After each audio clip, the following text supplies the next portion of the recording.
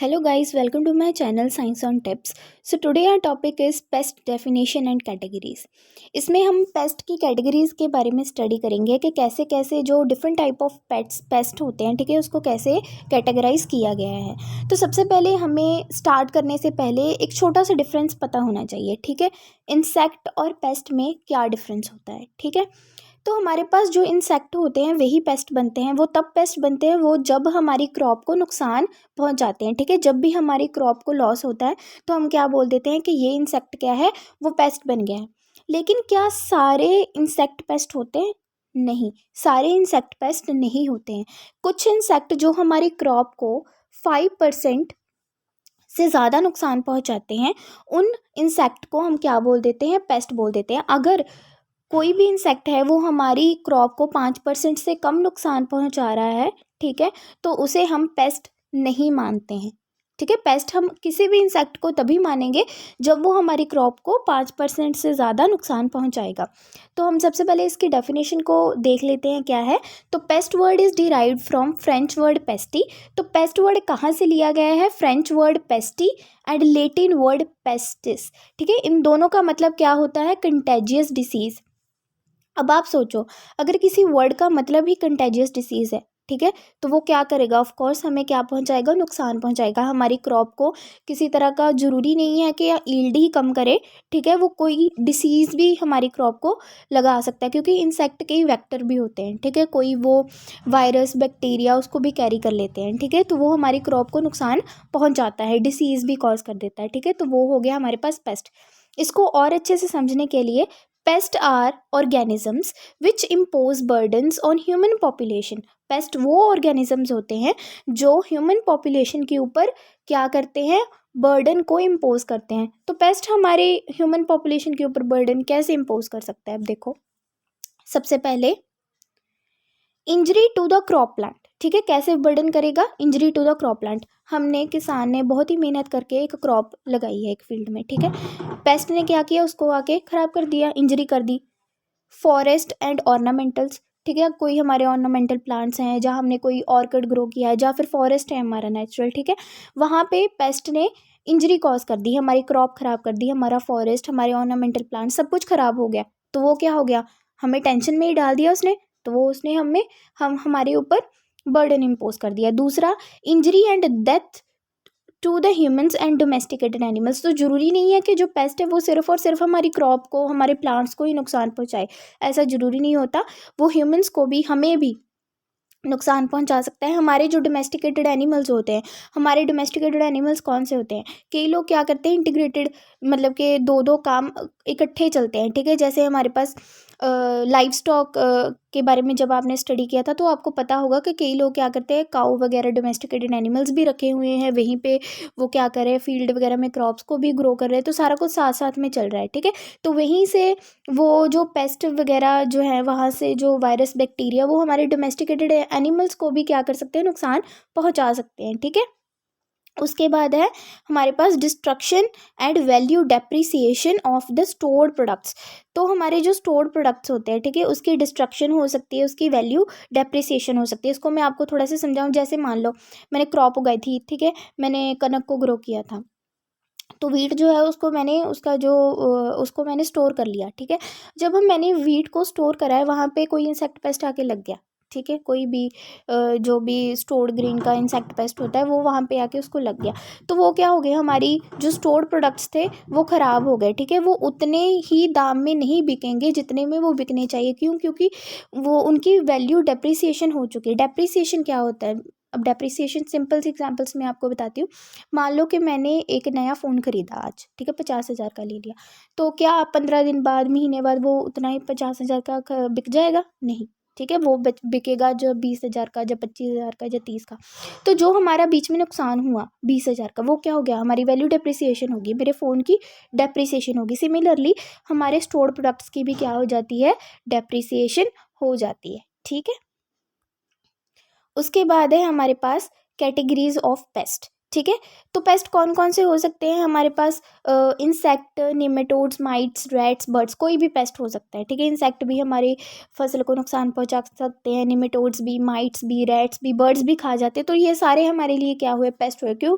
चाहे जिसने मर्जी हमारी क्रॉप को तो ख़राब किया ना, हमें तो नुकसान हुआ, तो वो हमारे तो पेस्ट, हमारे लिए पेस्ट ही हैं। उसके बाद कैटेगरीज ऑफ पेस्ट, हम पेस्ट को कैसे कैटेगराइज करते हैं? तो हम कुछ बेसिस के ऊपर पेस्ट को कैटेगराइज करते हैं। ठीक है, जैसे सबसे पहला बेसिस है बेस्ड ऑन देयर अकरेंस, साल में कितनी बार वो अक्कर होते हैं। ठीक है, उन बेसिस के ऊपर हमने पेस्ट को कैटेगराइज कर लिया। तो सबसे पहले आ गए हमारे पास रेगुलर पेस्ट। तो इसके नाम से पता चल रहा है जो बहुत ही रेगुलर है। ठीक है, रेगुलरली अपीयर होते रहते हैं। तो the pest which occurs more frequently means more regularly, ठीक है, ज़्यादा on a crop and have a close association with particular crop, और उसकी क्रॉप के साथ क्लोज एसोसिएशन भी है कि जब भी हम उस क्रॉप को ग्रो करेंगे तो हमें ये पेस्ट देखने को मिलेगा ही मिलेगा। तो वो हो गया हमारे पास रेगुलर पेस्ट। इसकी एग्जांपल है राइस स्टेम बोरर। ठीक है, rice stem borer, stem borer वो होते हैं जो किसी भी प्लांट की स्टेम में बोर कर लेते हैं। ठीक है, बोर करना मतलब कि कौन सी स्टेज में, इनकी स्टेजेस होती है, एग, फिर लार्वा, फिर प्यूपा, और फिर अडल्ट बन जाते हैं। तो जो उनकी लार्वल स्टेज होती है, ठीक है, उस स्टेज में वो हमारी जो प्लांट होता है, प्लांट की स्टेम में वो बोर करते हैं। ठीक है, फीड करते हैं वहाँ पे, वहीं पे प्रिपरेशन कर लेते हैं, और उसके बाद वो अडल्ट बनते हैं। तो इससे हमारी जो क्रॉप है उसका सेंट्रल पार्ट, जो स्टेम पार्ट होता है, वही ख़राब हो जाता है। तो हमारी पूरी की पूरी जो प्लांट है वो ही उसकी डेथ हो जाती है। ठीक है, सो राइस स्टेम बोरर के बारे में या फिर पेस्ट ऑफ राइस के बारे में हम डिटेल में स्टडी करेंगे नेक्स्ट किसी वीडियो में। लेकिन यहाँ पे आप एग्जांपल एक लर्न कर सकते हो रेगुलर पेस्ट की, क्या है? Rice stem borer. उसके बाद हम नेक्स्ट देखते हैं और कौन कौन से पेस्ट होते हैं on the basis of occurrence. तो सेकंड है occasional pest. So this is exactly opposite to what we have studied in the regular pest. वो रेगुलर थे, फ्रीक्वेंट थे, they had close association with the crop. So यहाँ पे क्या है? The pest which occurs infrequently, उल्टा हो गया, ओकेजनली मीन्स बहुत कम, on a particular crop and do not have a close association with a particular crop, those pests are known as occasional pest। और इसके हम एग्जाम्पल एक लिख सकते हैं, कौन सी? Mango stem borer. तो ये मेरे हैंड रिटन नोट्स है, आप यहीं से आप लिख सकते हो, एक एक एग्जाम्पल है, बहुत ईजिली मैंने बनाया है। ठीक है, तो आप इजीली यहाँ से लर्न कर सकते हो और समझ सकते हो। थर्ड है हमारे पास सीजनल पेस्ट। सो सीजनल पेस्ट भी नाम से क्लियर है कि किसी पर्टिकुलर सीजन में, लेकिन हर साल अपीयर होंगे, तो वो हमारे पास क्या हो गए? Seasonal pest. So the pest which occurs during a particular season but every year, हर एक साल किसी पर्टिकुलर सीजन में आएंगे। जैसे मैंगो थ्रिप्स, कि जब मैंगो का सीजन आएगा तभी ये अपीयर होंगे। ठीक है, लेकिन मैंगो का सीजन तो हर एक साल आएगा, तो एक पर्टिकुलर सीजन में ये अपीयर होंगे, वो हमारे पास क्या हो गए? Seasonal paste. उसके बाद है परसिस्टेंट पेस्ट। तो परसिस्टेंट पेस्ट वो पेस्ट होते हैं जिन्हें कंट्रोल करना बहुत ही डिफिकल्ट हो जाता है, क्योंकि वो पूरा साल रहते हैं, ना तो वो कोई सीज़न देखते हैं, कुछ भी नहीं देखते। ठीक है, वो कुछ भी नहीं देखते, लेकिन उन्हें अपीयर होना ही होना है। These are the pest which occur on the crop throughout the year. तो पूरे साल ये होंगे and is difficult to control, क्योंकि जो कोई इंसेक्ट पेस्ट पूरे साल अपीयर हो रहा है हर रोज़, और उसकी पॉपुलेशन भी बहुत ज़्यादा हो जाएगी, तो हमें कहीं ना कहीं उसे कंट्रोल करना बहुत डिफ़िकल्ट हो जाता है। ठीक है, और इसकी हम एग्जांपल एक लिख सकते हैं, कौन सी? Chilli thrips. उसके बाद है हमारे पास स्पोरेडिक पेस्ट, जो लास्ट है on the basis of occurrence, last है sporadic pest. These are the pest which occurs in isolated localities. तो ये पेस्ट हमेशा कहाँ पे अकर होते हैं? आइसोलेटेड लोकेलिटीज़ में, जो अलग सा हमारा एरिया होगा। ठीक है, ड्यूरिंग सम पीरियड, पूरा साल नहीं रहेंगे, कुछ पीरियड ऑफ टाइम के लिए साल के, ठीक है, वो अपीयर होंगे। और इसकी एग्जांपल क्या है? Coconut slug, caterpillar. तो आप हर एक जो कैटेगरी है उसकी आप एक एग्जांपल जो है वो लर्न कर सकते हो। ठीक है, उसके बाद है हमारे पास second, on the basis of infestation. Infestation का क्या मतलब है? कि किसी एक पेस्ट ने एक क्रॉप को किस हद तक इन्फेस्ट किया है, किस हद तक वहाँ पे वो उसकी पॉपुलेशन जो है वो हो चुकी है, वो हो जाएगी on the basis of level of infestation. तो इसके भी आगे दो है इसके पार्ट्स, एक है एपिडेमिक पेस्ट और एक है एंडेमिक पेस्ट। अब ये दोनों एक दूसरे से एग्जैक्टली ऑपोजिट है। ठीक है, एपिडेमिक पेस्ट वो होंगे paste which occurs on a crop suddenly, बहुत ही सडनली, जैसे अब कोरोना वायरस हमारी डेली लाइव्स में हमारी जो कम्युनिटी है वहाँ पे सडनली अपीयर हो गया था, पहले तो नहीं था, ठीक है। और जब वो अपीयर हुआ वो बहुत ही स्वीयर फॉर्म में अपीयर हुआ। सिमिलरली एपिडेमिक पेस्ट वही पेस्ट होते हैं which occurs on a crop suddenly और स्वीयर फॉर्म में, ठीक है ना, severe form in a locality और एट अ पर्टिकुलर सीजन और टाइम। और इसकी हमारे पास एग्जांपल क्या है, white fly on cotton, white fly on cotton. उसके बाद हमारे पास है endemic pest, so it is opposite to the epidemic paste. So paste which occurs on a crop regularly, तो वो सडनली अपीयर हुए थे और ये रेगुलरली अपीयर होंगे। और वो स्वीयर फॉर्म में अपीयर हुए थे, ये कैसे अपीयर होंगे, इन फ्यू पॉकेट्स और लो लेवल में, ठीक है, फ्यू पॉकेट्स और low level in a regular feature in a confined area और लोकेलिटी, ठीक है। Example gall fly in paddy, तो यहाँ पे भी फ्लाई है वाइट फ्लाई ऑफ कॉटन और यहाँ पे क्या है, ये भी फ्लाई है लेकिन गॉल फ्लाई ऑफ पैडी। तो आप यहाँ पे भी एक एक एग्जाम्पल को लर्न कर सकते हो। नेक्स्ट है हमारे पास जो थर्ड कैटेगरी है, on the basis of population. जब आपने on the basis of population categorize करना है, ठीक है, आपको कुछ डेफिनेशंस के बारे में पता होना चाहिए कि पॉपुलेशन इंसेक्ट की जब एक पर्टिकुलर पॉपुलेशन के लिए उसको अलग नेम जो है वो दिया गया है, ठीक है। वो चार आप यहाँ पे आपको लर्न करने पड़ेंगे एंड ये बहुत ही इंपॉर्टेंट है from the examination point of view. 1 mark में ये क्वेश्चंस ज़रूर आ जाते हैं, तो इसको ज़रूर आपने अभी समझ लेना है। सबसे पहले हमारे पास जनरल इक्विलिब्रियम पोजीशन, जिसे हम GEP भी बोल देंगे, ठीक है। मैं आपको इसको सिंपल सी भाषा में सबसे पहले समझाऊंगी, ठीक है। ये होती है average population of a insect, जो पूरे साल हमेशा सालों साल रहती ही रहती है, ठीक है, हमेशा रहती है। ये वाली जो पॉपुलेशन होती है ये एक एवरेज पॉपुलेशन है over a long period of time. चाहे आप जितने मर्जी केमिकल को स्प्रे कर लो, जितना मर्जी आप कोशिश कर लो इसको हटाने की, ठीक है, ये पॉपुलेशन कभी नहीं जाएगी। इसके around insect population tends to fluctuate due to biotic and abiotic factors, ठीक है, कि चाहे बायोटिक फैक्टर्स की वजह से या फिर एबायोटिक फैक्टर्स की वजह से इसकी जो आसपास वाली पॉपुलेशन, मतलब कह सकते हो कि मान लो किसी एक इंसेक्ट की पॉपुलेशन है 10 नंबर है, ठीक है, किसी एक इंसेक्ट का नंबर 10 है, तो कभी कभी जब फेवरेबल कंडीशंस हो जाएंगी बायोटिक एबायोटिक फैक्टर्स की वजह से 100 ये 100 हो गई, ठीक है, 10 से 100 इंक्रीज हो गई, एकदम से 10 से 100 हो गई पॉपुलेशन। हमने केमिकल स्प्रे की, हमने बहुत कोशिश कर ली, बाकी सारे मर गए, लेकिन ये 10 तो रही ही रही। मतलब कि कितना सर्वाइव कर पाएगी कोई इंसेक्ट की पॉपुलेशन किसी भी कंडीशन में। इसके आसपास इसकी पॉपुलेशन चाहे कम हो जाए, चाहे इसकी पॉपुलेशन ज़्यादा बढ़ जाए, लेकिन एवरेज पॉपुलेशन रहेगी ही रहेगी हमेशा। तो वो हमारे पास क्या हो जाएगी, जनरल इक्विलिब्रियम पोजीशन, उसको हम बोल देते हैं कि वो एवरेज पॉपुलेशन जो हमेशा रहेगी। So it is a average population over a long period of time around which the insect population tends to fluctuate. चाहे आगे पीछे कभी किसी टाइम में बढ़ जाए कम हो जाए कोई फर्क नहीं पड़ता, due to biotic and abiotic factors. उसके बाद नेक्स्ट है हमारे पास इकोनॉमिक थ्रेशोल्ड लेवल। ये वो पॉपुलेशन डेंसिटी होती है किसी भी इंसेक्ट की जब हमें जो केमिकल इंसेक्टिसाइड्स होते हैं या फिर हमारे जो कंट्रोल मेजर्स हैं कोई भी, वो हमें इम्प्लीमेंट कर देने चाहिए ताकि पॉपुलेशन और ज़्यादा ना बढ़े। क्योंकि अगर इससे ज़्यादा पॉपुलेशन इंक्रीज़ हो जाएगी तो हमारी जो क्रॉप है उसको नुकसान पहुँचेगा। तो इकोनॉमिक थ्रेशोल्ड लेवल क्या हो गया, population density at which control measure should be implemented, कि हमें पता चल गया इतनी पॉपुलेशन हो चुकी है, अब हमें कंट्रोल मेजर्स को इम्प्लीमेंट कर देना चाहिए to prevent increasing pest population, ताकि आगे और ना बढ़े, रीचिंग द ETL, ठीक है। उसके बाद है हमारे पास, क्योंकि इकोनॉमिक थ्रेशोल्ड लेवल को ही हम ETL बोल देते हैं। उसके बाद हमारे पास है इकोनॉमिक इंजरी लेवल EIL। सो ये वो लोएस्ट पॉपुलेशन होती है। मान लो इकोनॉमिक थ्रेशोल्ड लेवल के ऊपर हमने कंट्रोल मेजर्स इम्प्लीमेंट नहीं किए तो पॉपुलेशन इंक्रीज होकर कहाँ पे पहुँच जाएगी, इकोनॉमिक इंजरी लेवल के ऊपर पहुँच जाएगी। तो ये वो लोएस्ट पॉपुलेशन डेंसिटी होगी किसी भी इंसेक्ट की जो क्या करेगी, हमारी क्रॉप को इकोनॉमिक डैमेज कॉज करेगी, हमारी क्रॉप को डैमेज होना स्टार्ट हो जाएगा, ठीक है। नेक्स्ट है हमारे पास डैमेज बाउंड्री। डैमेज बाउंड्री क्या होती है, ये वो लोएस्ट डैमेज होता है किसी भी क्रॉप में जिसको हम मेज़र कर सकते हैं, ठीक है। अगर मान लो किसी क्रॉप में डैमेज बहुत ही मिनिमल है, बहुत ही कम है, ठीक है, वो नोटिसेबल ही नहीं है, तो उसको हम क्या क्या हम उसको मेज़र करेंगे, नहीं मेज़र कर सकते, ठीक है। तो डैमेज बाउंड्री वो एक लोएस्ट लेवल ऑफ डैमेज होता है किसी भी क्रॉप में जिसको हम मेज़र कर सकते हैं, ठीक है।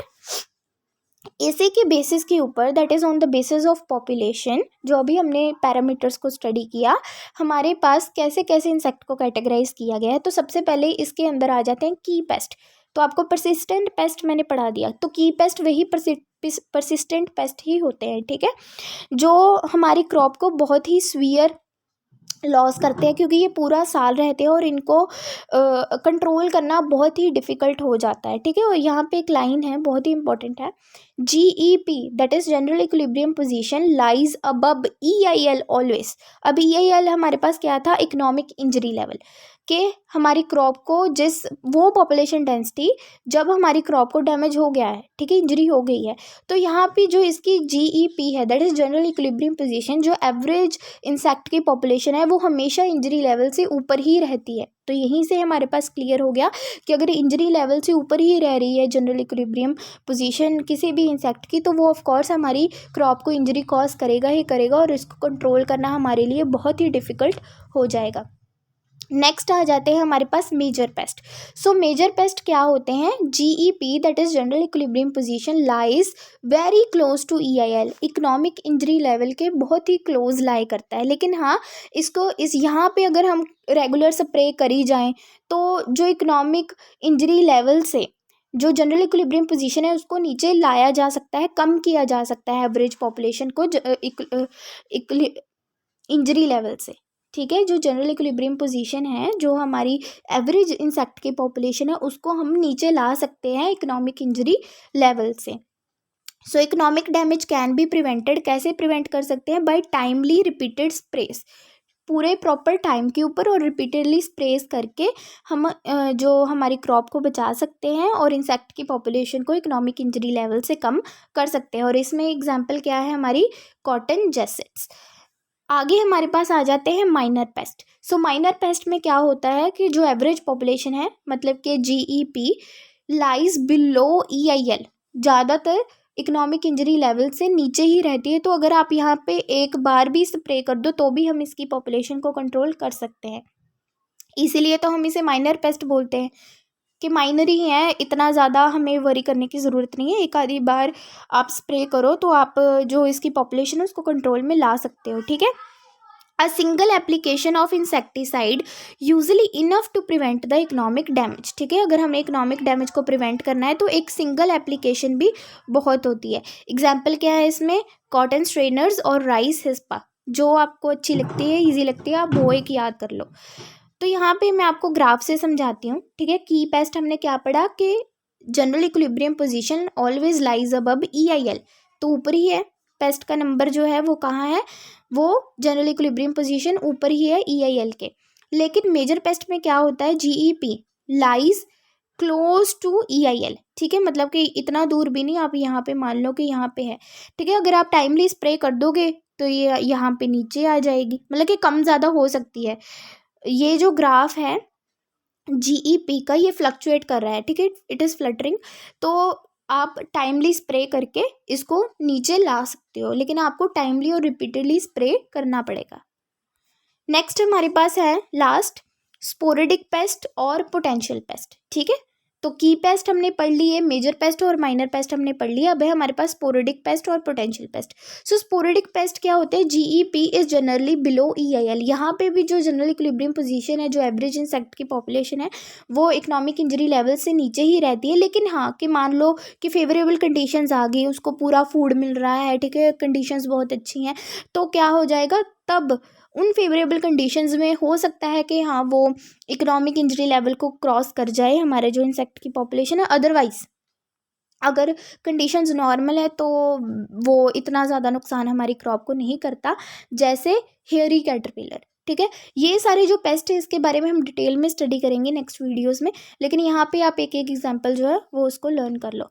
नेक्स्ट है हमारे पास पोटेंशियल पेस्ट। पोटेंशियल पेस्ट वो पेस्ट होते हैं जो पेस्ट होते ही नहीं, मतलब ये हमारी क्रॉप को इतना नुकसान पहुंचाते ही नहीं है, लेकिन मान लो कि सडनली से इन्वायरमेंट ही चेंज हो गया, इन्वायरमेंट ही ऐसा आ गया कि उनके लिए बहुत ही फेवरेबल है, ठीक है, और उनकी पॉपुलेशन सडनली इंक्रीज हो गई, तो वो तब पेस्ट बन जाएंगे, लेकिन अभी के लिए वो पेस्ट है नहीं, उसको हम क्या बोलते हैं, पोटेंशियल पेस्ट।